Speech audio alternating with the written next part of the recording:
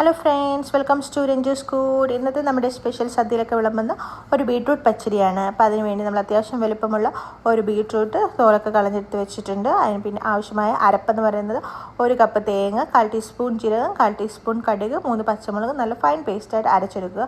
അതുപോലെ തന്നെ ബീട്രൂട്ട് നമ്മൾ കഷ്ണങ്ങളാക്കി മുറിച്ച് കുക്കറിലിട്ട് വേവിക്കാനാണ് ഞാൻ വെച്ചിരിക്കുന്നത്. പിന്നെ പച്ചടി നമുക്ക് കുറച്ച് കടിക്കാനൊക്കെ വേണമെന്നുള്ളവരാണെങ്കിൽ ചോപ്പ് ചെയ്തിട്ട് പിന്നീട് വേവിച്ചെടുത്താലും മതി. അല്ലാന്നുണ്ടെങ്കിൽ ഇങ്ങനെ എളുപ്പത്തിന് വേണ്ടി ചെയ്യാവുന്നതാണ്. 1 കപ്പ് വെള്ളം കൂടി ഒഴിച്ച് കുക്കറിൽ 1 വിസിൽ മാത്രം അഴിച്ചിട്ട് വേവിച്ചാൽ മതി. അതിനുശേഷം നമ്മൾ മിക്സിയിലിട്ട് നന്നായിട്ട് ഫൈൻ പേസ്റ്റായിട്ട് അരച്ചെടുക്കുക.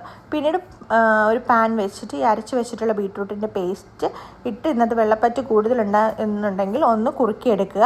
കുറുക്കിയെടുത്തതിന് ശേഷം നമ്മൾ ഓൾറെഡി അരച്ച് വെച്ചിട്ടുള്ള തേങ്ങ പേസ്റ്റും കൂടി അതിനകത്ത് ചേർക്കുക. തേങ്ങാ പേസ്റ്റ് ചേർക്കുമ്പോൾ നമ്മൾ ആ മിക്സിയൊക്കെ കഴുകി അതിനകത്ത് കുറച്ച് വെള്ളം ഒഴിക്കുന്നുണ്ട്. വെള്ളം കൂടി പോകാതിരിക്കാൻ പ്രത്യേകം ശ്രദ്ധിക്കണം. തേങ്ങാ പേസ്റ്റും കൂടി ചേർത്ത് അതിൻ്റെ പച്ചമണമൊക്കെ മാറുന്നത് വരെ നന്നായിട്ട് ഇളക്കി കൊടുക്കുക. ഇളക്കി കൊടുത്ത് അതിനിടയ്ക്ക് നമുക്ക് 1 ടീസ്പൂൺ ഉപ്പും കൂടി ചേർക്കാവുന്നതാണ്. ഉപ്പ് ചേർത്ത് നന്നായിട്ട് നമ്മൾ ഇളക്കിക്കൊണ്ടിരിക്കുക. ഇതിന് പച്ചമണം മാറിക്കഴിഞ്ഞ് കഴിഞ്ഞാൽ നമുക്ക് സ്റ്റൗ ഓഫ് ചെയ്യാവുന്നതാണ്. ഒന്ന് തണുത്തതിന് ശേഷം മാത്രം നമ്മൾ തൈര് ചേർക്കുകയുള്ളൂ. ചൂടോടെ തൈര് ചേർത്ത് കഴിഞ്ഞാൽ അത് പിരിഞ്ഞു പോകാനുള്ള സാധ്യതയുണ്ട്. അപ്പോൾ നമ്മൾ നല്ല പുളിയുള്ള തൈരാണെങ്കിൽ 1 കപ്പ് തൈര് ചേർക്കുക. പുളിയില്ല എന്നുണ്ടെങ്കിൽ കുറവാണെങ്കിൽ 1.5 കപ്പെങ്കിലും കട്ട തൈര് ചേർക്കാവുന്നതാണ്. തൈര് ചേർത്ത് നന്നായിട്ട് ഇളക്കിയെടുക്കുക. അപ്പം തന്നെ നല്ലൊരു ടേസ്റ്റാവും.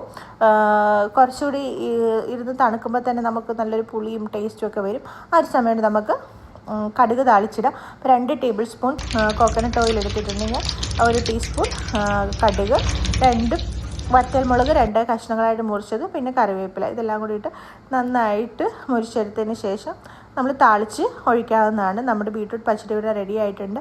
എല്ലാവരും ഒന്ന് ട്രൈ ചെയ്ത് നോക്കണം. അടുത്തൊരു വീഡിയോയുമായി വീണ്ടും കാണാം. ബൈ.